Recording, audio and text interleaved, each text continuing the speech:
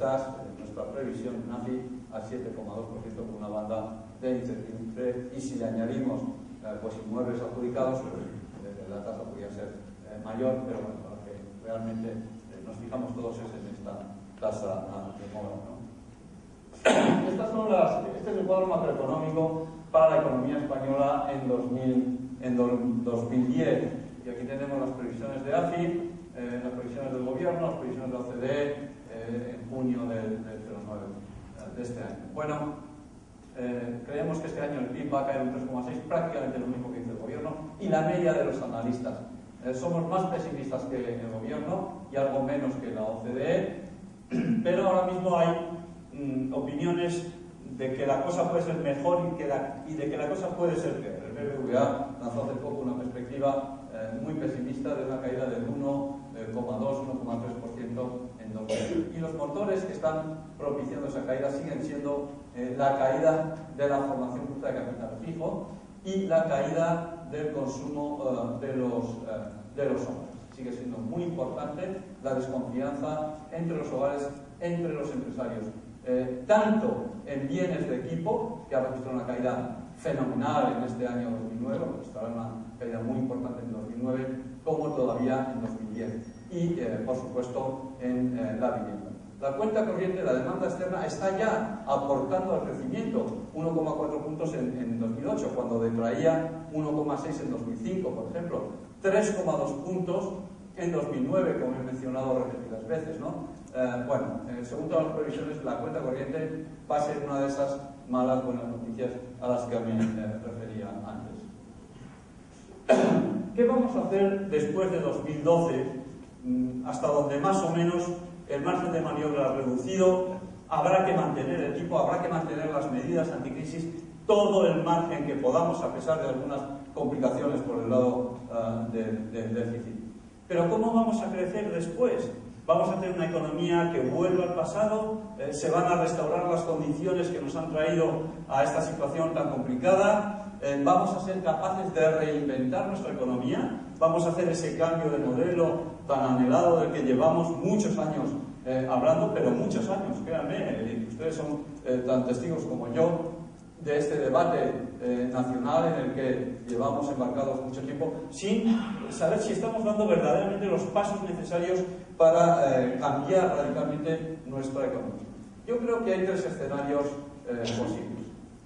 Un escenario de cambio estructural, si quieren, moderado, a lo mejor no sabemos hacer las cosas mejor, pero yo estoy convencido de que nos lo podemos permitir. Un cambio estructural en el que haya una contención de la inmigración y por lo tanto un crecimiento moderado del empleo.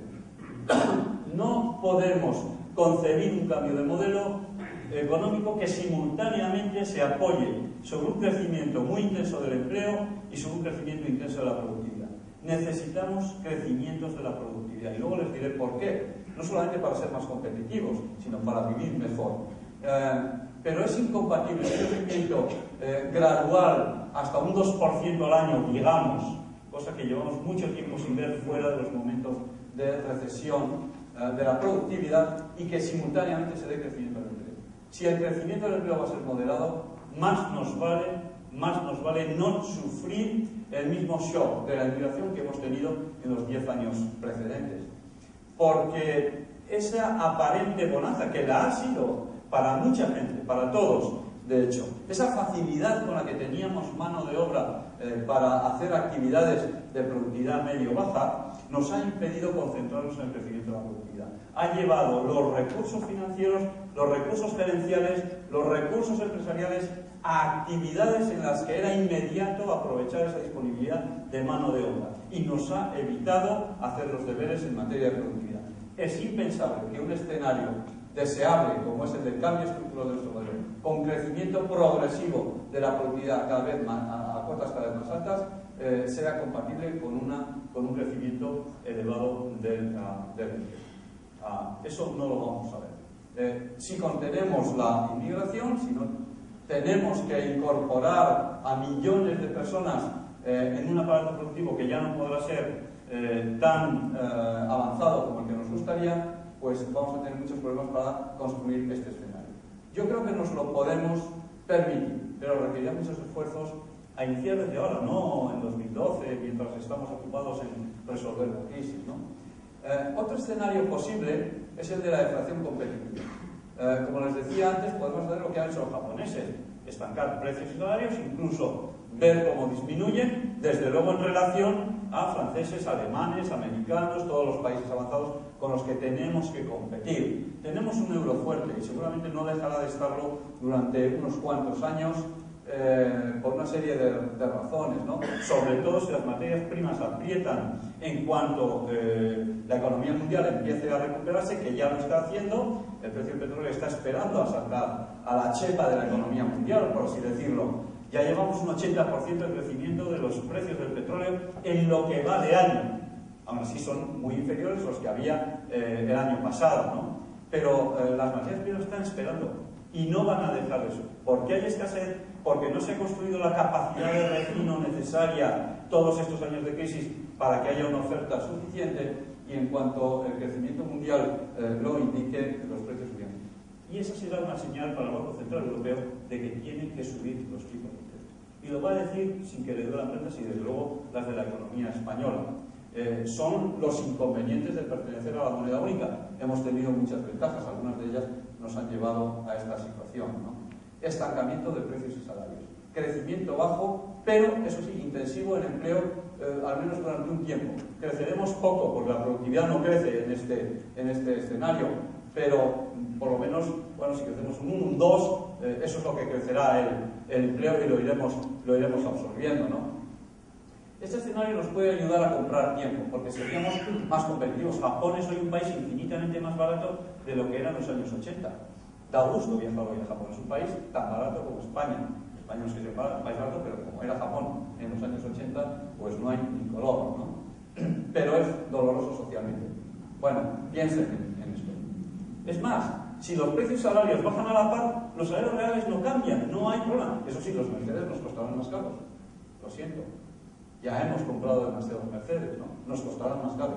Pero, bueno, los bienes y servicios de los que normalmente nos abastecemos no tienen por qué ser más desfavorables su adquisición para nosotros. Pero, bueno, vayan ustedes a decirles a los interlocutores sociales que admitan caídas de salarios. Yo creo que esto es muy delicado, pero sería muy valiente que lo hiciéramos. Y a lo mejor tenemos que hacer algo de esto. Estos son escenarios más o menos puros, pero que se pueden mezclar, ¿no? Y luego un escenario que no es deseable en absoluto es vuelta a las andadas, vuelta al crecimiento inverosímil que hemos tenido todos estos años, ¿no? Relanzamiento de sectores de productividad baja, expuestos a la competencia exterior y mal armados para competir, porque esta crisis no nos está haciendo más fuertes, desde luego, no nos está haciendo más fuertes, nos está permitiendo sobrevivir a muchas empresas, a muchos hogares de mala manera, ¿no? Segmentación laboral y del modelo productivo, que ya la tenemos una monstruosa segmentación del mercado de trabajo, tenemos una monstruosa segmentación en virtud de la cual en las empresas hay capitanes empresariales de escala global, no digo ya internacional, global, empresas que son líderes en sus sectores y que son españolas, pero luego tenemos un tejido empresarial de escala insuficiente, con cualificaciones bajas, sus efectivos laborales, con innovación reducida. No podemos aceptar esa segmentación laboral y del modelo productivo de grandes empresas emblemáticas, pequeñas empresas poco productivas, de las que hemos vivido hasta ahora. Bueno, sufren con ello, con este tipo de escenario, sufren la cohesión social y territorial. Ya he dicho antes que la convergencia real se va a estancar en estos años de crisis, ¿no? En regiones que lo habían hecho muy bien hasta ahora, entre ellas Castilla-La Mancha también, ¿no? ¿Por qué hay que hacer reformas estructurales? ¿Y qué son reformas estructurales para empezar? Reformas estructurales en los mercados de bienes y servicios que sean más competitivos, que reformemos toda nuestra legislación mercantil, nuestro aparato judicial, nuestras administraciones públicas, bueno, pues para que la competencia brille más entre las empresas, que no estén segmentados los mercados locales, regionales, de según qué sectores, ¿no? O actividades productivas. ¿Por qué queremos hacer reformas estructurales? ¿Por qué queremos un cambio de modelo? ¿Para crecer más? No, en realidad lo que queremos es tener una tasa de paro de equilibrio, de eso que llamamos de pleno empleo, reducida. En estos momentos la tasa de paro observada es del 18%, pero la tasa de pleno empleo es del 13 o del 14%. Como bajáramos del 14% de desempleo en un año, empezaríamos a ver subir los precios. Eso sería catastrófico. Tenemos una tasa de desempleo de equilibrio muy elevada y queremos tener pleno empleo. Y además queremos tener salarios reales mayores. Bueno, pues con reformas estructurales para hacer más competitivos los mercados de bienes y servicios se consigue. Tenemos que hacer reformas del mercado de trabajo. Queremos evitar esa segmentación entre los temporales y los indefinidos, que es inaceptable, francamente, porque condena a la precariedad a millones de trabajadores y además les quita todo estímulo para aumentar su empleabilidad, ¿no? Fíjense que las reformas del mercado de trabajo, por más liberales que nos parezcan, más duras que nos parezcan, más eliminadoras de la protección de los trabajadores que les puedan parecer a algunos agentes, en realidad a medio y largo plazo no afectan a los salarios reales, ni los hace más altos ni los hace más bajos, pero sí hace que la tasa de desempleo de equilibrio sea menor. Generaliza el bienestar por la vía de las cantidades de trabajadores empleados, no tanto de la calidad de sus salarios. Para mayores salarios tenemos que ir a las reformas de los mercados de bienes y servicios y a las reformas que nos den mayor productividad. Hoy, una empresa típica española genera un valor añadido bruto de unos 48.000, 50.000 euros por trabajador. De esos 48.000 euros por trabajador, pagan la mitad al trabajador.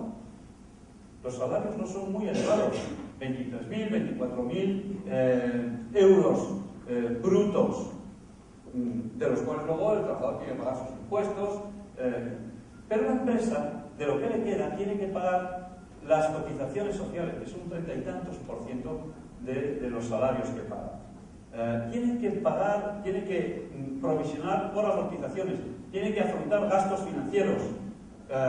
El excedente que les queda a las empresas, por más que algunos ejemplos que hagan los titulares de los periódicos parezca que es descomunal, el excedente que les queda a las empresas es muy reducido. Los salarios son bajos en España porque la productividad media de los trabajadores es baja y no hay más álgebra, de los salarios. España podrá permitirse pagar salarios de 50.000 euros por trabajador cuando la productividad sea de 100.000 euros por trabajador. Eso es una carrera descomunal que no vamos a poder completar en unos cuantos años, pero que hay que empezar a correrla hoy mismo. Hoy mismo tiene que darse el pistoletazo de salida para esa carrera, ¿no? Y además, estas reformas estructurales que nos lleven a mayor productividad nos llevan a una tasa de desempleo menor. Bueno, por resumir, creo que he tomado más minutos de los que me hubiera gustado. Hay que decir que nos encontramos ante una crisis que es la mayor de la sufrida por la economía española y mundial en los últimos 50 años. El ajuste de la demanda nacional es tremendo, de la demanda interna, doméstica, es tremendo y no debe de quedar enmascarado por las cifras del PIB, ¿no? Es mayor de lo que reflejan las cifras del PIB. El deterioro del mercado laboral español no tiene parangón frente al resto de los países de la OCDE, que quiere decir prácticamente el resto del mundo. Tenemos una corrección temporal de la inflación, el aumento de la productividad, la caída de la temporalidad, el ajuste de la cuenta corriente, que pueden parecer aspectos positivos, pero que son otras tantas malas, buenas noticias. No vamos a seguir viendo esto cuando las economías se recuperen y la nuestra empiece a atisbar ritmos de crecimiento superiores al 1%, ¿no? al 1,5%. El ajuste va a determinar que el crecimiento se sitúe por debajo del potencial, sin saber muy bien qué es eso del potencial todavía, hasta 2012. Vamos a crecer poco hasta 2012. Condición previa para la recuperación es la consecución de un saneamiento generalizado de los balances del sector privado, entidades financieras, empresas y hogares. Esta crisis tiene ese aspecto diferencial respecto a las anteriores, que los balances de los sectores institucionales están muy deteriorados, ¿no? Reducción del stock de viviendas sin vender, otra digestión muy difícil. Aumento de la competitividad de la economía española que hay que hacer desde ahora, porque francamente el tránsito por esta crisis no nos está haciendo más fuertes, no nos está haciendo más competitivos, teniendo reformas estructurales pendientes, ajustes en mercados todavía pendientes. En el corto plazo el sector público está ejerciendo de apoyo para mantener la adopción de medidas de respaldo al sector financiero y de estímulo fiscal dentro de los márgenes que tiene, que no son muchos, pero que a lo mejor se pueden explotar más imaginativamente. Y en el medio plazo, sin embargo, las terapias de la crisis, si queremos llegar a escenarios deseables, deberían tener como objetivo reorientar el modelo de crecimiento, más reequilibrio sectorial, aumentos de productividad y, sobre todo, competitividad exterior de la economía española. De lo contrario, esa gran pregunta de cuál puede ser el crecimiento de crucero de la economía española después de 2012, en la próxima década, seguiría siendo muy reducido. Quién sabe si no llegaría al 2% de aquí en una década. Bueno, por mi parte, esto es todo lo que quería decir. Gracias por su atención.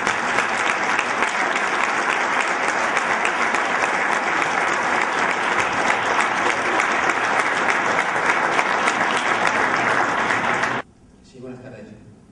Mi nombre es Francisco Gómez Arcero, soy director general de Satisfacción Cristina y de Nutrición. En primer lugar, felicitarles por su exposición, que ha sido una opinión brillante, y quería, más que una pregunta, pulsar su opinión sobre alguna de las cuestiones que ha comentado. Uno parará, como ha dibujado usted, de un déficit público creciente con, digamos, unos requerimientos de la Comisión Europea, que todos conocemos, unos plazos puestos ya en 2013 con un porcentaje 3%, y con una propuesta, digamos, de medidas fiscales anticrisis que ya se ha realizado por parte del Gobierno y está en el presupuesto del Estado para el año 2010, me gustaría que nos diese su opinión sobre estas propuestas fiscales anticrisis, si son realmente anticrisis o se deberían, en su opinión, a lo mejor valorar su retirada y, aunque fuese a costa de un año más de prolongación de la recesión. Le digo esto porque sí que, bueno, en la opinión pública e incluso en algunos especialistas en economía, pues también hablan de que esos incrementos de tipo impositivo, por ejemplo el IVA, más que una medida anticrisis puede ser procrisis. Es decir, si hay un aumento de economía sumergida, que en todos los foros económicos se evita hablar de ese tema, pero yo creo que es una realidad, es uno de los problemas de la economía española. Si ese aumento de ese tipo de impositivo por esas medidas fiscales, con nuevas propuestas fiscales, se convierte en un tipo de impositivo que incrementa la economía sumergida, que puede traer el consumo también, porque una familia, yo recuerdo lo que pasó con el cambio de moneda del euro, cuando aceptamos la moneda única, de que se aprovechó el cambio de moneda para aumentar los precios. No podría ser que aumentar el tipo positivo del IVA también en una economía, digamos, del pequeño comercio, también mermada, no se puede aprovechar para aumentar el precio del producto final y eso le traiga más el consumo todavía, que en definitiva los hogares también están bastante sufriendo estos problemas de la crisis con un consumo cada vez más limitado, y si ese incremento tipo de IVA para recaudar más y bajar el déficit se convierte en un efecto contrario, pues no sería mejor aparcar esas medidas, aunque sea de un año más de recesión. Bueno, la verdad es que este es un problema muy complicado, es la cuadratura del círculo, porque queremos reducir el déficit, pero a la vez no queremos hundir más la economía, ¿no? Es muy difícil tomar decisiones que simultáneamente reduzcan el déficit y estimulen la economía. Pero algo se puede hacer. Yo creo que, desgraciadamente, no tenemos margen de déficit. No lo tenemos. Ese 10% nos expone violentamente a las sanciones morales, sobre todo, de la Comisión Europea, ¿no? Estamos todos los países de la Unión Europea en procedimiento de déficit excesivo y la Comisión Europea nos exige que volvamos al 3% en unos pocos años. 2012 nos dan un año de gracia, 2013. No va a ser posible, francamente, no va a ser posible. Y si queremos mantener las medidas de estímulo, bueno, pues lo mucho que podemos contemplar son caídas simbólicas del déficit que no van a resolver. Yo creo que no tenemos margen de déficit, ya hay que tomar decisiones valientes, decisiones políticas. O seguimos aceptando un déficit como el que tenemos, pero al menos estimulamos la economía y aceleramos la salida de la crisis, o por el contrario, si queremos controlar el déficit de manera rápida, vamos a tener muchos problemas para salir de la crisis, ¿no? Lo que sí tenemos, creo yo, es margen de deuda. Como decía antes, bueno, es cierto que la deuda va, cada 10 puntos de déficit van prácticamente en pena a la deuda, y es cuestión de tiempo de que al ratio del 10% de déficit del PIB lleguemos a una deuda del 80 o del 90%. Yo creo que no deberíamos de pasar de una deuda del 80% del PIB, pero mientras nos quedemos por debajo de ese límite, deberíamos hacer todo lo posible para estimular la economía y simultáneamente racionalizar mejor el gasto público. Yo creo que, y puede resultar algo provocativo lo que voy a decir, el aumento de impuestos debe hacerse en última instancia, cuando no nos quede más remedio. En cualquier caso, el aumento de impuestos que se ha decretado para 2010 es bastante moderado. Es bastante moderado, pero desde luego no es la mejor señal si antes no hemos hecho todo lo posible para reducir los gastos. Reducir los gastos es muy complicado, porque necesitamos gastos para el I+D+I, necesitamos gastos para la internacionalización, necesitamos gastos para las infraestructuras, para la base de la productividad. Y luego tenemos el gasto social. ¿Qué es el gasto social? Yo creo que reflexionamos poco y vendemos muy rápidamente, pero todos, seguramente, ¿qué es eso del gasto social? Yo distinguiría entre gastos sociales vitales y gastos sociales que no son vitales. Yo creo que un gasto social vital son las pensiones, que además es un derecho que la gente ha ganado cotizando durante muchos años. A nadie se le regalan sus pensiones. Yo creo que un gasto social vital son las prestaciones de desempleo. Aunque se pueden racionalizar y podemos hacerlas más estimulantes. Nos gastamos 30.000 millones de euros con muy pocas condiciones y ahora queremos dar 420 euros a aquellas personas que se queden sin prestaciones y a ellos sí les obligamos a cumplir un circuito formativo, les imponemos condiciones. Está muy bien que estos 420 euros tengan esa condición. Seguramente por esa razón están saliendo menos demandantes de esa prestación de los que esperaba el gobierno o los interlocutores sociales, ¿no? Porque hay gente que tiene otras cosas que hacer que no ir a cursos de formación mientras está en paro, seguramente. Pero deberíamos de activar esos 30.000 millones que nos gastamos en prestaciones de desempleo, condicionándolos a actividades formativas, actividades de búsqueda de empleo y para la empleabilidad de los trabajadores. Pero hay gasto social, que llamamos social, que no es vital. Claro que el gasto sanitario es vital. Pero yo no veo por qué los pensionistas, que son un grupo hiperprotegido en esta recesión, que además tienen los bienes y servicios más baratos que nunca, insisto, puede provocar esto bien. Les vamos a subir las pensiones más que el IPC. No veo por qué. Hoy, a lo mejor hace 3 años sí teníamos que haberlo hecho porque nadábamos en la abundancia. Hoy no. Hoy no. No veo por qué los trabajadores que tienen su empleo protegido tienen que registrar aumentos de salarios cuando los precios están cayendo. No veo por qué. No veo por qué seguimos dando tanto dinero en medidas llamadas sociales que sí nos lo podemos permitir cuando las cosas van bien, cuando nace un niño, nace una niña, o yo qué sé qué. Pero ahora en estos momentos deberíamos de retirar todo eso, porque no es vital y porque tenemos mucho margen de ahorro. Aquí no me manifiesto tanto como AFI, sino como José Antonio, que lleva 30 y tantos años analizando este tipo de problemas, ¿no?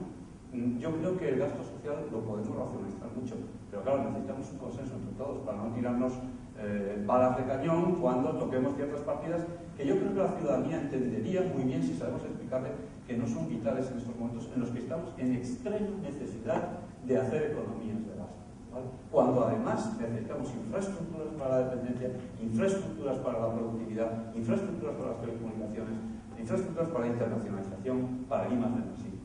Bueno, y cuando hayamos hecho todo eso, a lo mejor podemos subir los impuestos diciendo, miren, es que no nos da para cumplir con los criterios de déficit, que obviamente no vamos a llegar al 3% en 2013, pero por lo menos vamos a tratar de demostrar el que lo haremos.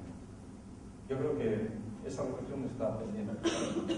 No tenemos margen de déficit, pero si adoptamos decisiones valientes, el margen de deuda que tenemos nos puede permitir ser simultáneamente activos en la lucha contra la crisis y, en definitiva,